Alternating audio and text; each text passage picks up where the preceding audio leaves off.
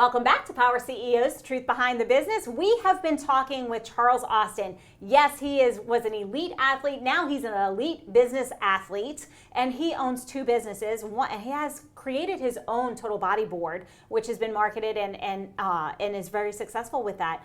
And so before the break, Charles, we were talking about your idea for the body board, the total body board. Then you made it, your prototype in your gym. You tried it on. You tried it on with some of your clients. You saw the results. How did you know that, hey, I'm on to this? Next, I need to protect my IP. And 3, I'm going to go to market with this. Talk to me a little bit about that. Well, coming up with the total body board, like I was saying, it was just an idea that I was dreaming about when I was asleep. So my background, I injured my knee when I was high jumping, and I used resistance bands. I was told that I would never compete again. And so after having surgery, I did my own rehab at home using resistance bands. And then when I opened my performance center, I used the slide board already. And so now that I think about it, I guess subconsciously I just put the two together, and in my sleep, and there goes the total body board. But I knew it was just a piece of fitness equipment that it was unique. It wasn't anything like that out there. And then once I started using it and getting the results, that's when it's like, man, I think I have something. I don't think, I know that I have something. And so that's when I talked to my wife and told her about it. We was just brainstorming, and it was funny. She was at work and she called, and she's like, hey, call this person. And I'm like, call who? Well, this designer, engineer, you need to talk to them. This person, I never knew who he was. Still to this day, I've never seen him. But I was like, okay, give me the number. So I called and spoke with him and gave him my ideas and my thoughts. And next thing you know, within a week or two, he had that design that I was on in my sleep. And so that let me know, okay, this is weird. This feels good. And so I just kept going from there, and it just felt right. It felt like that was the next step for me. And so talking, like I say, with my wife and what our next steps, it's like, okay, we need to make sure we have this protected. Don't say anything to anyone just yet until we get everything in order. So we started looking at, getting the patent first.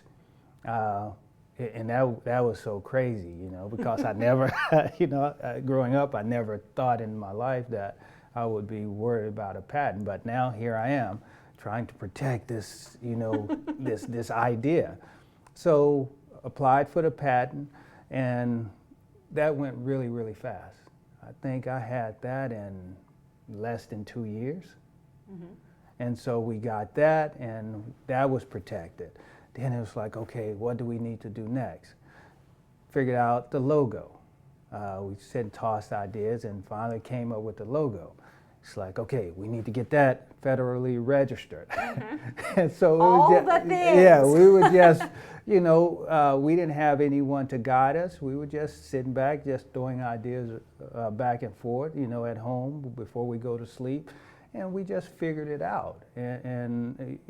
Like I say, we both knew we had something with the total body board. But you were persistent. This is insane persistence. How many people would have given up at the IP stage when they knew they had to wait for a couple of years to be able to market this? Yeah. But you were persistent, and you continued, and you just, it's kind of a methodical, okay, next step, next step, next step, next step. So I think the takeaway for the audience really is you have to have insane persistence.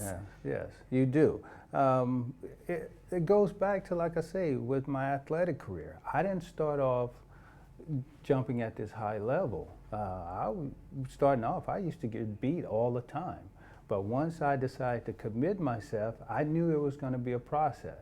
And so the same thing with the total body board. It's something that I felt good about, and I knew there's a journey that I had to,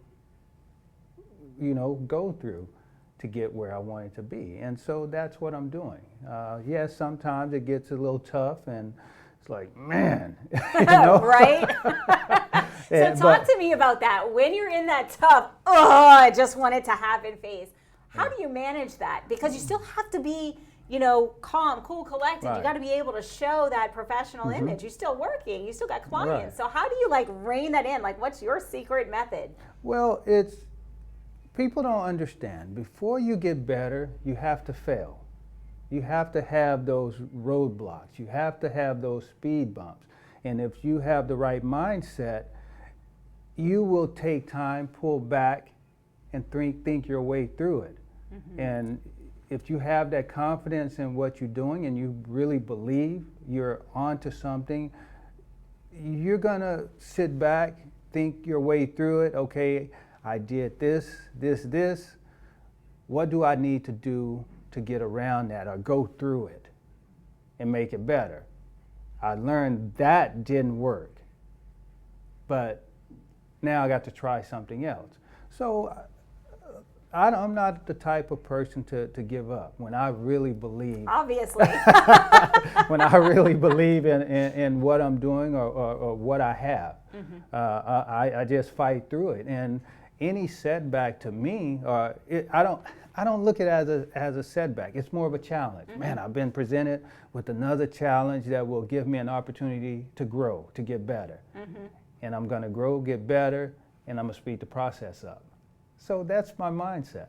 I really like it. How can I make this faster, more effective? How can I speed the process up? I understand it's a process. Yes. If you're listening to this, it is a process. We don't just wake up, have an idea, and then overnight become multimillionaires in business. There is a process to business. Yes. There's a lot going on. So I'm going to ask you a question because a lot of times we talk about the importance of personal brand and marketing and et cetera in business, and you are a brand. So how were you able to leverage your brand to start sales as you started rolling out this product? Well, it goes back to my athletic career. Once I committed myself to being the best high jumper I could be, it was like, okay, what do I need from this sport that will carry over to what I'm doing next? Mm-hmm. And it's like, okay, I need to win championships, I need to set some records, I need to carry myself in a certain way and make sure, I get that respect and all of that I need to open some doors for me later on. Mm-hmm. And so once I started doing, both of my businesses, I knew, I had all of that behind me. I had built up a great resume. Mm-hmm. That could help me to, for instance, when someone called wanting me to train them, they're going to look and see all of that I did in before. Oh, he's self-coach, he trained himself. Oh, I'm going to go with him. Same with the total body board. Pretty much all of my sales have come off of cold calls. Mm-hmm. Just me sitting at my desk between working with clients and get on the phone. I think of someone, let's say the Cleveland Cavaliers. They bought 4 and used it that entire year when they won the NBA championship.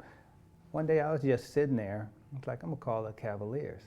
So I called and hey, this is Charles Austin, I'm the 1996 Olympic high jump gold medalist. And he knew right off. And they take your call because you did. There you go. You put in the work. Yes. And I think something that I really wanted to highlight, you put in the work. You put in the work in your athletic career, and that allows you to open doors. If you're at home and you're like, great, that's great for him, but not for me, I'm not an athlete, it doesn't matter. You put in the work to become the expert in your field. Yeah. You add value because once you're on stages, when you're on TV, do you know, I have the same thing. I'm on television. Mm-hmm. So when I call somebody, I do cold calling too. Yes. Every business has prospecting, and I'm the brand. Yes. Like I'm the person with the most personal branding. So I pick up the phone and they go to LinkedIn and they see, oh, she interviewed Dr. Phil. There you go. They pick up the phone. Yes. So that's it's so important. And I think it's really fascinating that you were already thinking about that when you were in your athletic career. Yes. Because so many of the youth today don't think about that at all. Right. I'm going to play sports. That's going to be the be all end all. I'm going to make a bunch of money and then the end. Yes. So I really love that you shared that insight with us. And we do have to break in just a moment, but before the break, based off of everything, your persistence, your process, everything that you've done in business year to date, if there's somebody at home that's launching a business, what advice would you give them? Well, to study, look at those in that arena that you're jumping into, and study and learn. Be persistent, believe in yourself, and always work to get better. And don't give up. If you really believe in it, that should drive you to do what you need to do to make it successful. And like I say, the main thing, which I did, look at those who had that success and learn from them. You know, why reinvent the wheel? That's right. Faster, more effective, more efficient. There you go. So, and that's what I would that's the recommendation that I would give to those. And like we were just talking, yeah, like you were saying, based on my athletic career, everyone is not an athlete and don't have that platform. But understand, we all bring something to the table. And so you have to structure your lives for that success. And if you do that, you'll be able to navigate through things a lot easier. Absolutely. It's no different than going into medical school before becoming a doctor, before being able to work with people such as yourself, which was my side of that spectrum. Thank you so much for that. We do have to take a brief break, but we will be back after these messages.